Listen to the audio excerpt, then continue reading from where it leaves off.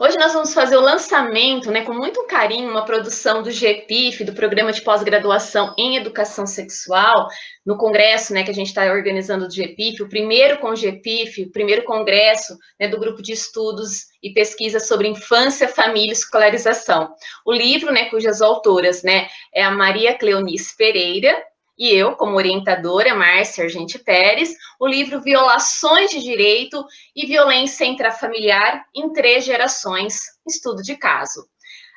Então, gostaria de passar a palavra para Maria Cleonice para a gente comentar um pouquinho, né, sobre esse lançamento do e-book e convidá-los, né, para a leitura desse material de pesquisa que nós produzimos. Olá, é um grande prazer apresentar a vocês esse projeto que fez parte da dissertação de mestrado do Programa de Pós-Graduação em Educação Sexual da Faculdade de Ciências e Letras da Unesp de Araraquara. Então, eu sou Maria Cleonice Pereira, mestre em Educação Sexual, e a professora Márcia Argente Pérez foi a orientadora. Trabalhamos nesse projeto, ficou belíssimo, bem escrito, um trabalho muito bom para embasar teoricamente o trabalho de vários profissionais, e estamos aqui para convidar a todos para ler o projeto, o livro, né, que a editora acadêmica publicou, e é com grande prazer que gostaríamos que vocês apreciassem e que nos desse também o feedback desse trabalho tão importante. Bom, e a gente vai falar um pouquinho, né? A gente não vai contar detalhes do livro, da pesquisa, mas a gente vai tentar aproximar vocês um pouquinho das temáticas, né, que nós nos debruçamos a estudar e que nós achamos que são relevantes, né, para a gente entender esse contexto de violação de direitos e de violência intrafamiliar. Então, a questão, né, o movimento da gente falar um pouquinho sobre os direitos da criança, que acabam norteando, né, todo o nosso recorte da temática da pesquisa, a gente pensar um pouquinho em avanços, né, e desafios em torno dessa legislação para criança e adolescente, e também a gente falar um pouquinho, né, sem detalhar muito, porque aí fica um pouco, né, esse convite para a leitura do e-book, a gente falar um pouquinho de violação de direitos e a violência intrafamiliar. Bom, quando a gente fala de direitos da criança, né, eu acho que o primeiro questionamento que, né, precisamos ter é de que infância nós estamos falando, né? A gente às vezes romantiza muito esse termo, né? A gente parte, né, de uma idealização, né, que todas as crianças vivem plenamente essa fase, né, com as mesmas condições, com as mesmas oportunidades, com as mesmas práticas e vivências, né? A gente precisa ter uma visão mais crítica, né, sobre de qual infância nós estamos falando e se realmente a nossa fala, a nossa interpretação, né, os nossos questionamentos e reflexões em torno da infância tem uma visão múltipla, né, uma visão não singular de infância, e sim de infâncias. Além disso, né, a gente imaginar que num contexto, né, de proteção integral às nossas crianças e com uma legislação específica, né, o Estatuto da Criança e do Adolescente, a gente se questionar qual é o impacto, né, do ECA, né, e das políticas de proteção integral para a gente pensar exatamente essa multiplicidade, as infâncias brasileiras. Será que a gente reconhece as infâncias brasileiras do nosso país? E nesse movimento, né, o que nos faz pensar, né, e mobilizar todo esse estudo que está nesse e-book que a gente está lançando, é a gente pensar exatamente as infâncias no Brasil. E a gente entender que essa infância, né, essas infâncias no Brasil, elas precisam ser contadas a partir da desigualdade. Né, a gente encontrar essa criança, né, na história oficial e pensar exatamente que a história das infâncias no Brasil é uma história que precisa ser contada a partir da desigualdade e da diversidade. Entender que muitas vezes a educação da criança no nosso país, ela perpassa por princípios, né, que já, né, induzem uma hierarquia de gêneros, de papéis sexuais, né, qual o papel do menino e da menina, seja nas brincadeiras, seja na expectativa de estudo, de trabalho, de responsabilidades, de voz ativa na sociedade. Entender que essa história, ela perpassa por práticas sociais desiguais, tanto do ponto de vista, né, qual é a classe econômica, questões ético-raciais, a questão da própria posição social. Entender que nessa história da infância nós temos uma multiplicidade de infâncias que vão desde a história, né, do índio, do negro, dos órfãos portugueses, da criança que foi submetida ao trabalho infantil. Entender que essa história é uma construção, e uma construção que passou por vários períodos políticos do nosso país, né? Como é a criança, ou como eram as crianças, e o que elas faziam, e os direitos e as vivências que elas tinham no período colonial, imperial, republicano. Entender também que a infância, né, ela foi tutelada por vários discursos, né, seja um discurso higienista, assistencialista, a condição do gênero, né, as práticas, né, permitidas para meninos e meninas, a questão do moralismo, o discurso religioso, ou seja, né, a gente entender essa infância dentro de uma história que passa a ser contada dentro dessa multiplicidade. E do ponto de vista da legislação, a gente vai olhar para essa história do Brasil e conseguir registrar dois grandes momentos, né, de posicionamento, né, da legislação. Então, a gente vai ter uma legislação antes do ECA, que é o Código de Menores, que acaba instituindo uma relação de doutrina de situação irregular, e a gente tem um outro paradigma que se, né, concretiza, né, com a promulgação do ECA, a partir da década de 90, que é a doutrina de proteção integral. Então, quando a gente fala que nessa história do Brasil nós temos 30 anos, né, do Estatuto da Criança e do Adolescente, é bastante tempo, né, para a gente que está vivendo ele, pensar as mudanças, mas é pouco, né, se a gente pensar na história de um país. Então, a história do Brasil ainda tem muito enraizado, né, esses princípios que estão lá nesse passado, onde a situação irregular, ela colocava os menores, então a gente não tem nem o patamar da criança como sujeito de direito, né, eram os menores, né, então um termo bastante pejorativo para a condução dessa legislação, que colocava neles apenas como sujeitos de direito ou, né, merecedores apenas de uma consideração judicial quando se encontravam, né, em uma determinada situação caracterizada como irregular e assim definida em lei. Essa doutrina não trata as causas que originam as condutas anormais dos menores. Preocupava-se apenas com as consequências geradas por quem estava nessa situação irregular. Então, esse Código de Menores, ele tem uma primeira versão em 1927 e uma outra em 1979, que acaba seguindo, né, os princípios, né, ela é atualizada, mas ela segue os princípios desde, né,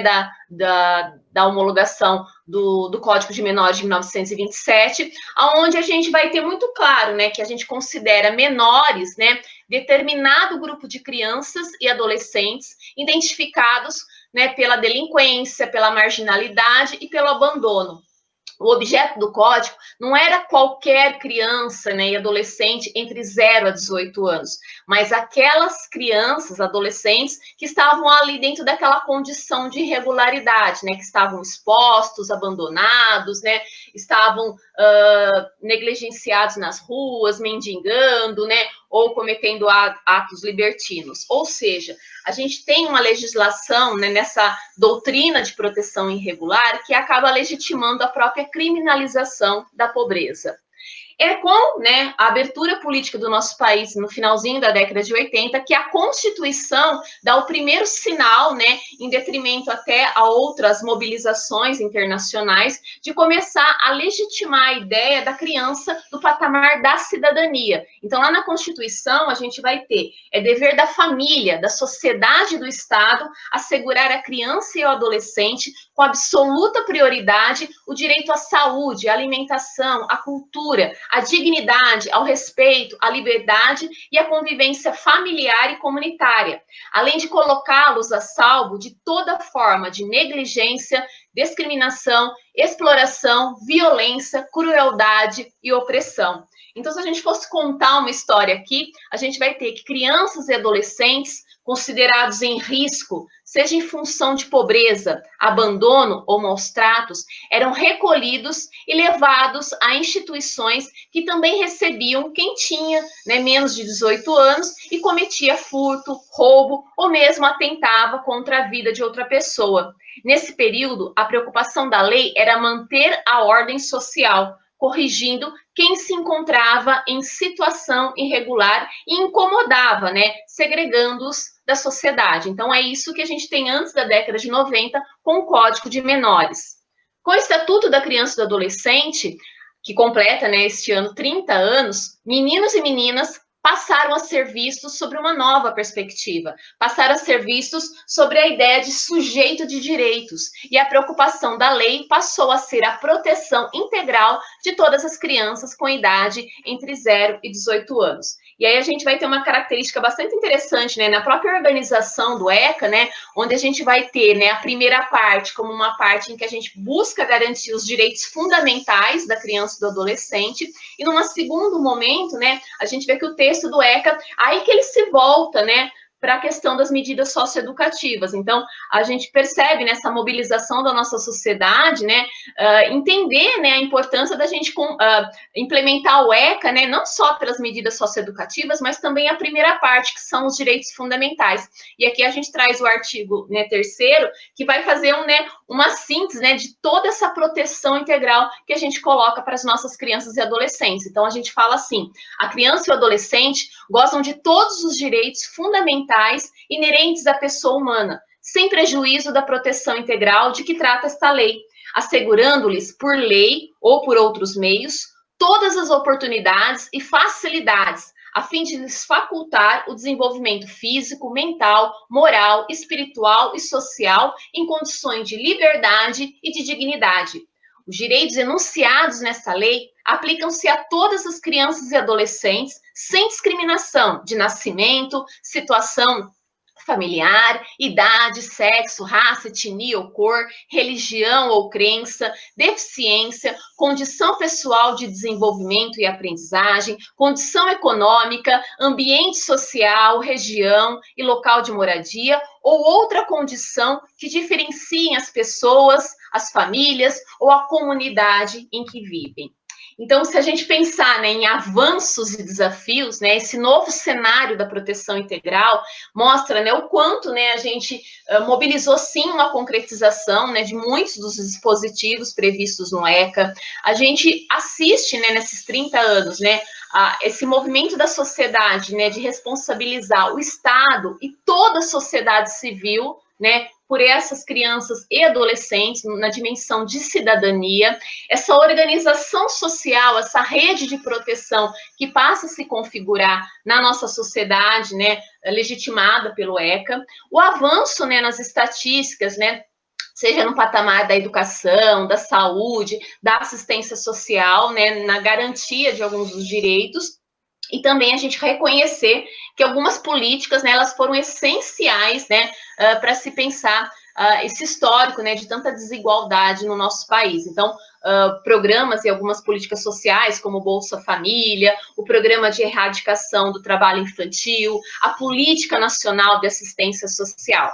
Mas também vale aqui a gente entender, né, que o próprio movimento que nós fizemos na pesquisa, né, e adentrando a história, né, de 3 gerações, que é esse o recorte que nós fazemos nesse estudo do e-book, a gente vai percebendo também, né, que essa pesquisa vai nos chamar a atenção sobre alguns desafios, né, então desafios em relação a gente ainda ter um quadro, né, que precisa ser mobilizado, revertido, né, em que a gente ainda tem muitas políticas públicas, né, que são elas que vão colocar em prática, né, o que está lá determinado pela lei, que é um texto normativo. Então, a gente ainda tem um cenário muito expressivo, né, de políticas públicas fragmentadas, descontínuas, desarticuladas. A gente efetivamente pensar, né, o conhecimento e a efetivação dos direitos da criança para todos os adolescentes, tanto no patamar da proteção, da prevenção e também, né, a atenção para quando eles são violados. A gente estender também dentro, né, desses mecanismos que dispõem, né, a legislação do ECA, a extensão das políticas e dos programas também para as famílias, porque esse livro, né, essa pesquisa vai mostrar muito, né, a condição da violação de direitos da criança, mas esse quadro, né, de vulnerabilidade do grupo familiar, a luta, né, para que a gente cumpra, né, o ECA, né, na sua integralidade, e que a gente tenha realmente as crianças e adolescentes como prioridade de direitos, e aí entendendo que os direitos têm a contrapartida também dos deveres, que a gente pense uma sociedade que se volte para a proteção, né, e que coloque isso no patamar da gente dar acesso à informação sobre o ECA através de formação, né, sobre os direitos, né, que a gente tenha uma formação política no nosso país para que as pessoas tenham essa dimensão dos direitos e dos seus deveres. que a educação no nosso país seja prioridade e que a gente reconheça, né, essa multiplicidade de infâncias no nosso país. E acho que é algo, né, que esse estudo deixa, né, principalmente pela reprodução da violência em um ciclo, né, que não se rompe, né, apesar de toda essa proteção, é a gente atentar para o momento atual, né, e a gente lutar, né, para além do avanço, né, da implementação do ECA, né, que está completando 30 anos, para que a gente lute, né, para garantir o que a gente já conquistou e que a gente não perpetue um cenário, né, de retrocessos. Então, acho que é um pouco esse balanço que a gente faz dentro das contribuições, né? E fica aqui realmente o convite para que vocês tenham acesso à leitura desse e-book que a gente está lançando. Sim. Então, dentro dessa proposta de olharmos para essa legislação que garante a proteção integral dessa criança, a nossa pesquisa se embasou, né, fez esse recorte para olhar para violações de direitos e a violência intrafamiliar. É um assunto importante que precisa de visibilidade e precisa de ações de intervenção. Então, nosso estudo de caso, nós tivemos a oportunidade de acompanhar 3 gerações de uma mesma família.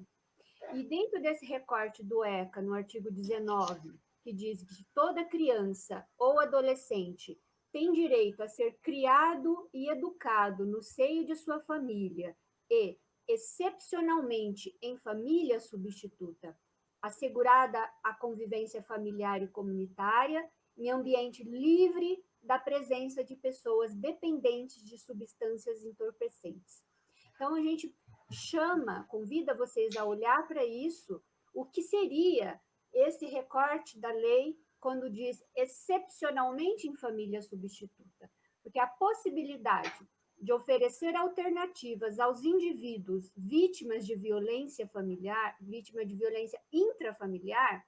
é garantida no ECA, em seu artigo 19, ao usar o termo excepcionalmente em família substituta. Isso é importante que todo profissional que atende criança e adolescente saiba exatamente o que significa. Por quê? Quando o ECA diz que a criança tem que ser criada, mantida no seio familiar, não quer dizer que mesmo a criança vítima de violência tem que ser mantida ali. Então, esse, excepcionalmente em famílias substitutas, é para se atender aquelas crianças que não estão sendo protegidas no seio da família. Então, esse dispositivo foi pensado para assegurar o direito das vítimas de que a violência seria interrompida e que ela poderia ter novas possibilidades de convivência em ambientes saudáveis, livres de violência e sob a responsabilidade de pessoas aptas a oferecer todos os seus direitos sociais. Parece pouco, mas é um grande avanço o ECA trazer isso expresso em lei para que se garanta a proteção integral à criança. E aí, então, nós temos esse convite especial para a leitura desse e-book que lançamos com o título de Violações de Direitos e Violência Intrafamiliar em 3 Gerações. É um estudo de caso. E para ilustrarmos o excepcionalmente em famílias substitutas, previsto no ECA, nós lançamos o livro, né, Violações de Direitos e Violência Intrafamiliar em 3 Gerações, estudo de caso. Nós tivemos acesso aos documentos, essa pesquisa foi feita com análise documental e entrevistas a alguns membros de uma família, atendida em uma unidade do CREAS, que é uma instituição, um órgão da assistência social,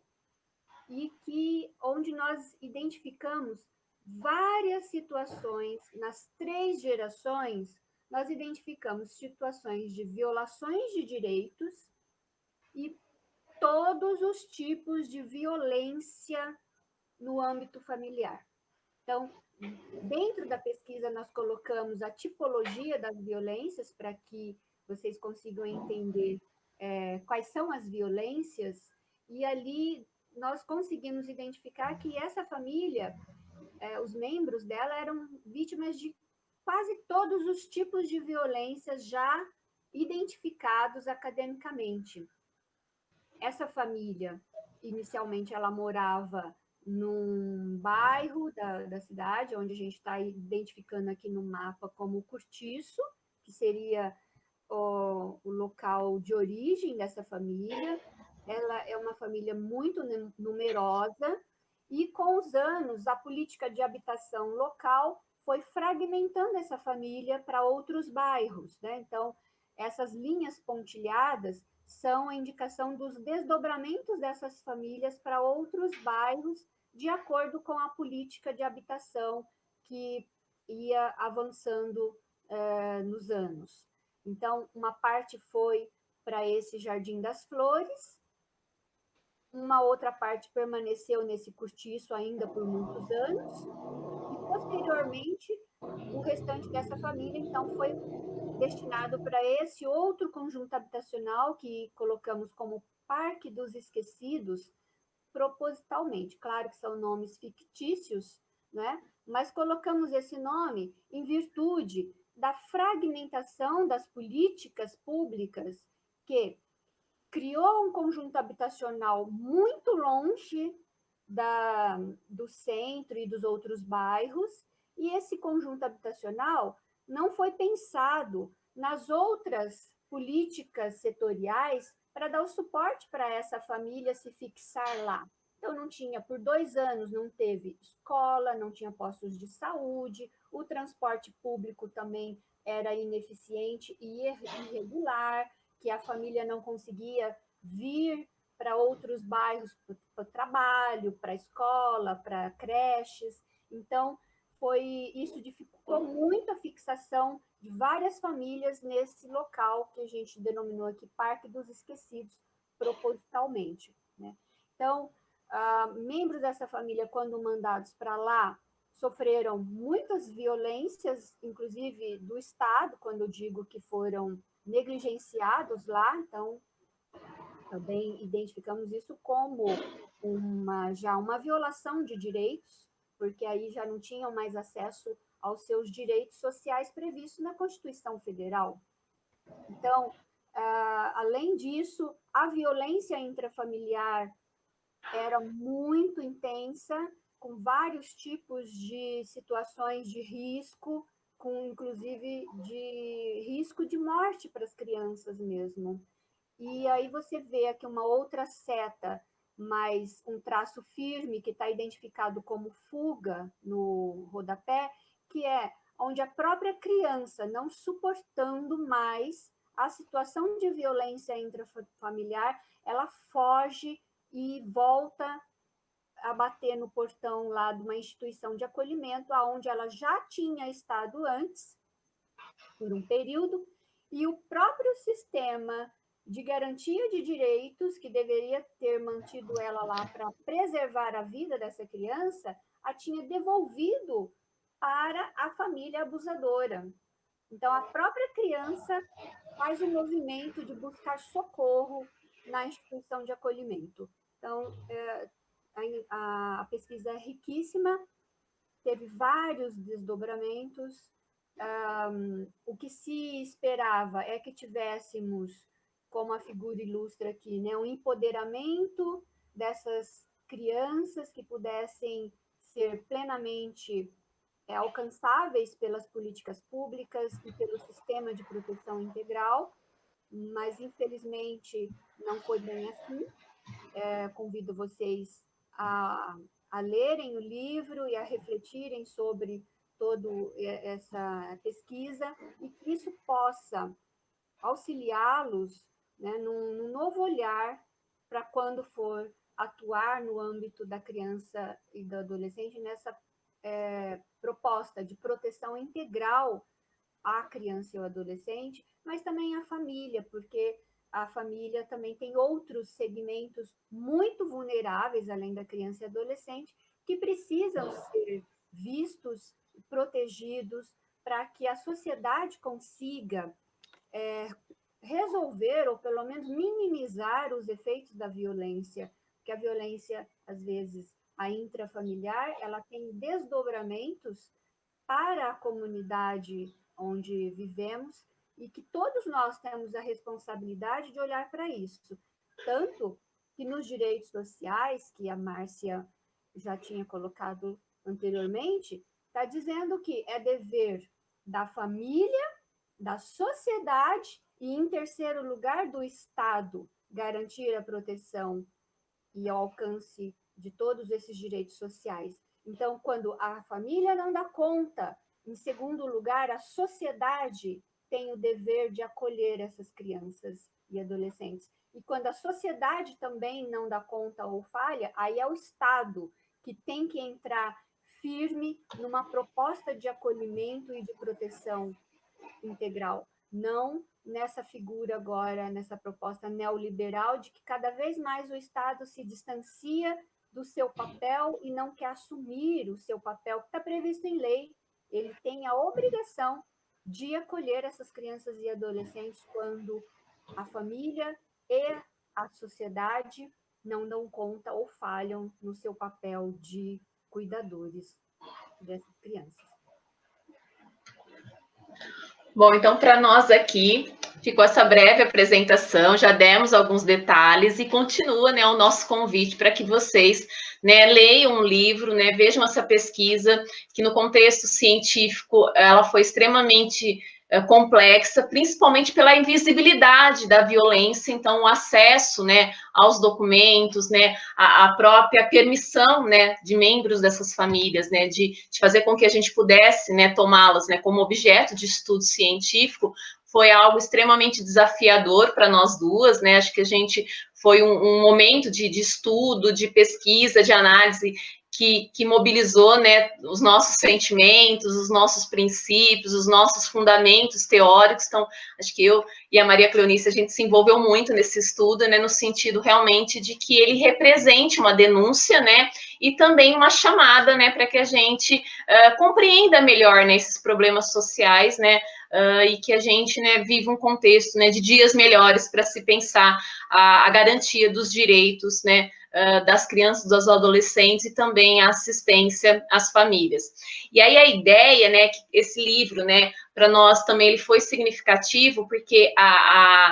da pesquisa de dissertação para configuração no formato de livro, a gente submeteu esse material no edital, né, e nós